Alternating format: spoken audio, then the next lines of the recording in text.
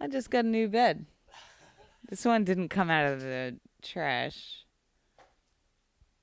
It's, I don't, pretty sure.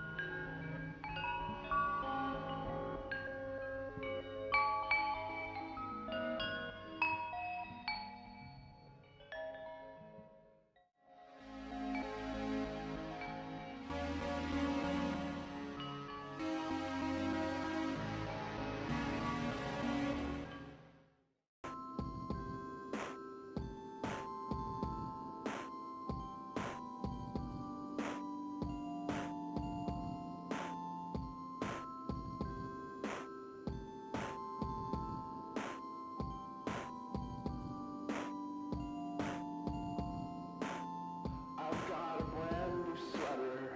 She's got cuffs and lace. I've got ice and water. She's got a brand new face. Won't sleep until I'm better. She'll lie in bed with dogs.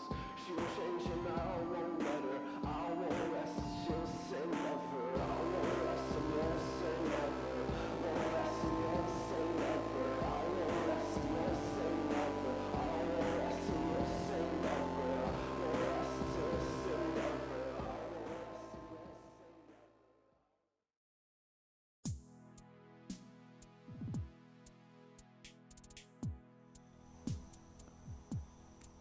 You just tell me when to start rambling.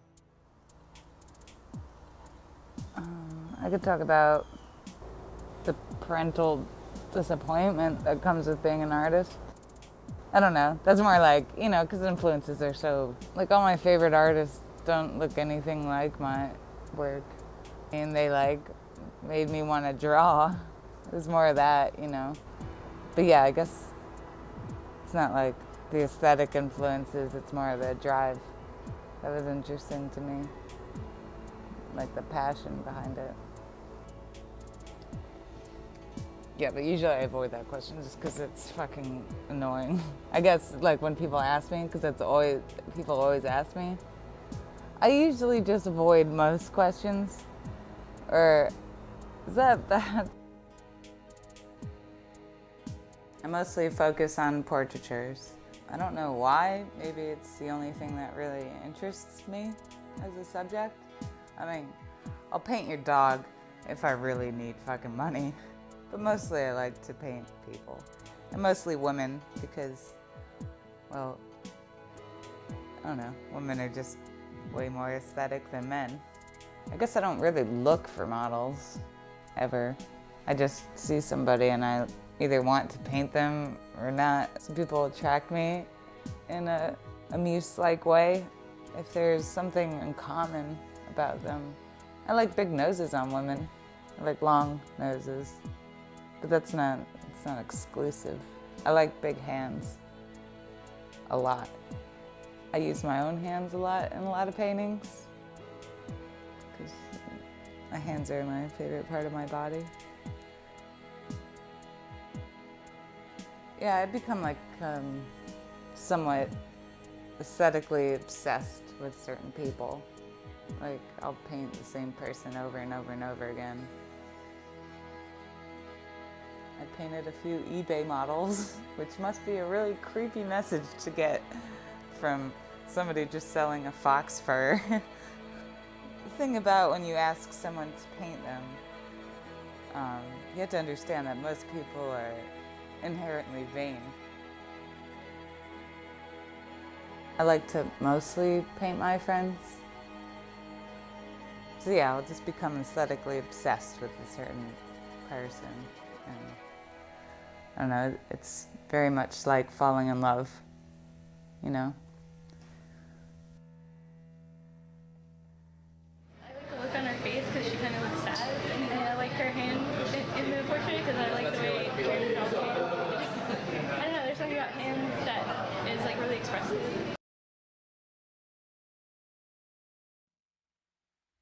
To paraphrase my life in recent years, it's just a story of multiple failures.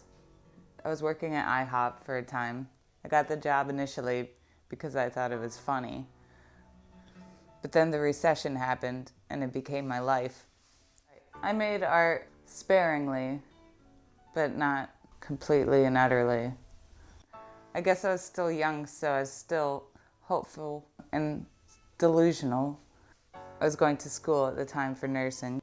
It was after I decided I didn't want to go back to school for something I was uninterested in just because it would be a good career that I began losing delusion. My knee injury resulted from excessive biking and the muscle imbalance because I didn't have my license until I was 27. And just because I like riding my bike. My freedom was somewhat completely and utterly crippled because I couldn't even walk more than a few blocks without just my body giving up on me.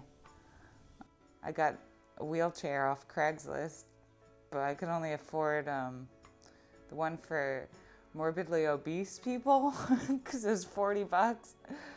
So yeah, it was like this wide. So couldn't walk, quit my fucking career at IHOP. What the fuck am I gonna do? But luckily, I moved into a house that went into foreclosure. It was pretty much the best thing that's ever happened to me. The reason why we got to live in the house so long was our address did not exist. So the sheriff could never evict us because the address on the eviction, on the deed was different from our address because they just made up a fucking number. And our complete uncooperation also helped extend it extensively. Some cobalt mix, some yellow orchard, I don't know how to say that. It's magenta, I've been into that color. It's probably the Venetian red, or it could be blood. Is that blood? We don't really have anything to steal here, unless you're into dirty laundry and dishes. But we do come armed, or just leave weapons for the killers coming in our house to make it easier. When I run out of filters, I use toilet paper a lot. This is my first trophy for my art. It's real plastic.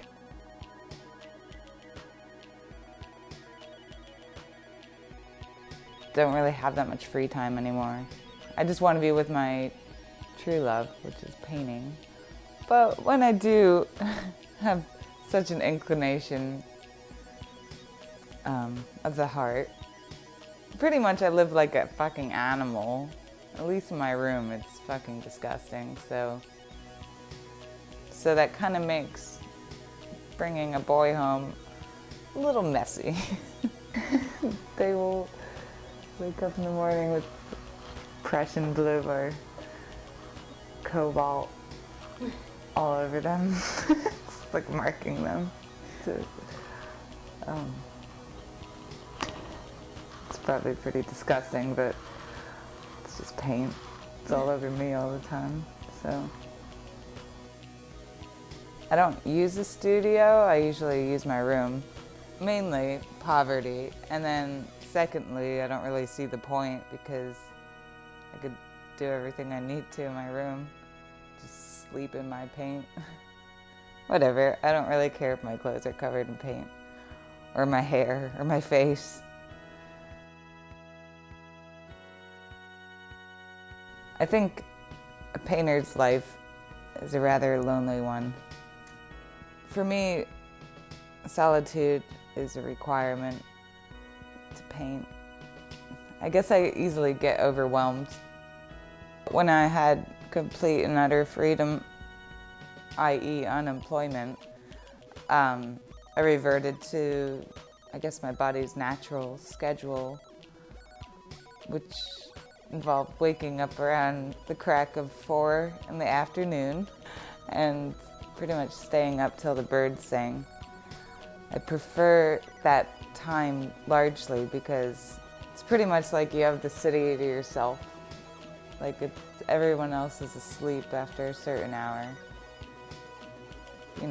4 a.m., take a little stroll around the neighborhood and everything's asleep except the house cats,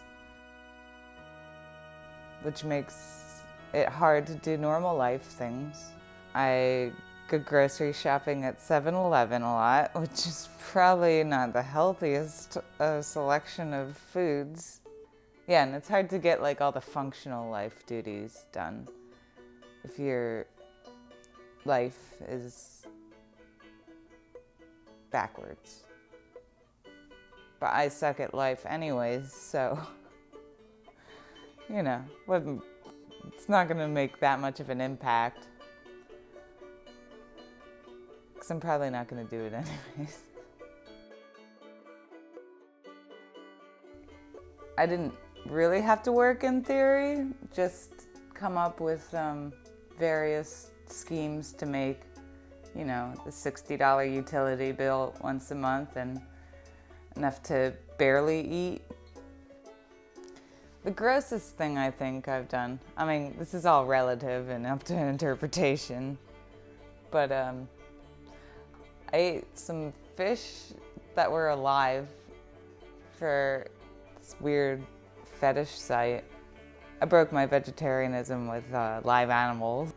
That was fucking disgusting. But I needed canvas. I just went straight to the art store with that money and spent it all. But among other embarrassing and creative novel ideas, I sold my paintings. That's the only thing I'm sort of good at. It's probably the only skill set I had to rely on. But it was beautiful, despite living in complete and utter poverty. Not having to pay rent really helped me hone my skill, because what else am I gonna do but paint 12 hours a day? When I first started, I would just sell stuff on eBay for, $10 to $50, maybe more if I got lucky. When you're out of food and cigarettes and toothpaste, $20 bill is fucking amazing. The actual profit I make from paintings is very small, $2 to $3 an hour, because I live in Orlando and nobody wants to buy anything for more than $300. Paints cost a lot. A tube could be anywhere from $5 to $70 to up, depending on the color. I only use oils. I only like oils. It's the most intuitive to me. Pretty much the house enabled me just to paint all the time. So I became completely productive painting most of my waking hours.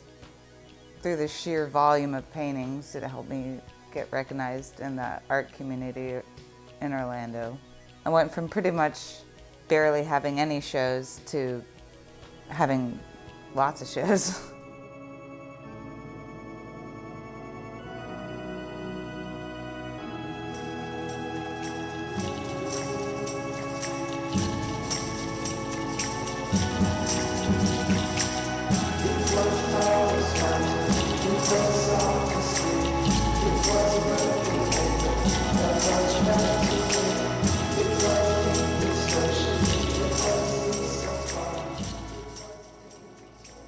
My paintings have been selling a lot better now. They're more desired. They're better too from putting hours and hours and hours and hours and hours into them.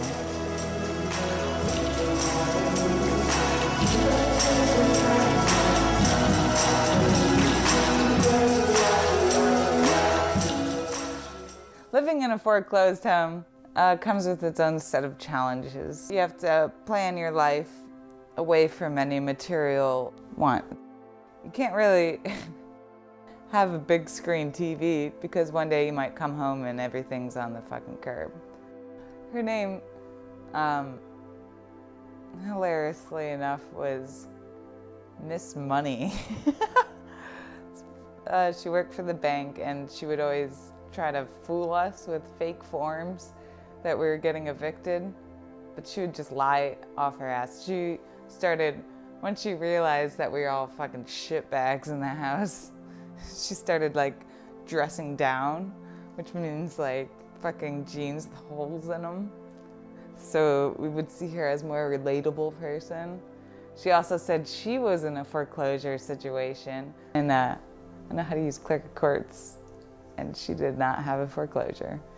She would leave us alone for like 3 months and then start harassing us all the time and then go away. But we'd have to lie every time she would come to the door and say, oh, we'll get back to you on this fake offer you're giving us. I need to talk to my roommates first. So we really carried it on for a while.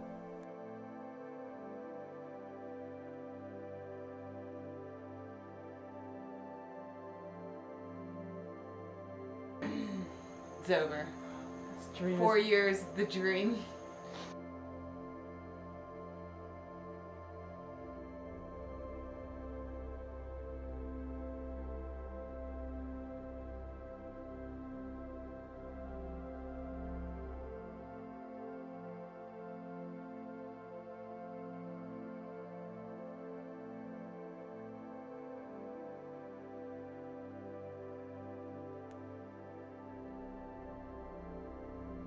Now I have a job at an arty bar where I help curate the shows. So I've raised my prices a little bit since I was living in complete squatter poverty. I'd rather go back to strictly night, but now that I've somewhat responsibilities, I can't go to the schedule I like a lot, where I feel like I'm most productive. But, you know, the Catherine House enabled me to know what I want to do with my life, which, you know, maybe it's not the best route to be a painter, you know, it's not like I'm ever gonna be rich or stable. But like knowing what you want to do with your life. Yeah, and being able to do it completely. At least in that time period I was fully. Now I'm a little limited, but it's bliss. God, what a sad ending. See, I feel like I'm almost in a worse position now. I want to eventually go back to being able to paint all the time. The thing preventing me right now is fear and money, where before the fear was put on me, now I have to take it. I've been saving up my money to buy a van to live in. So my next step is moving out to the West Coast, where hopefully it's more of a cultural epicenter than fucking Orlando.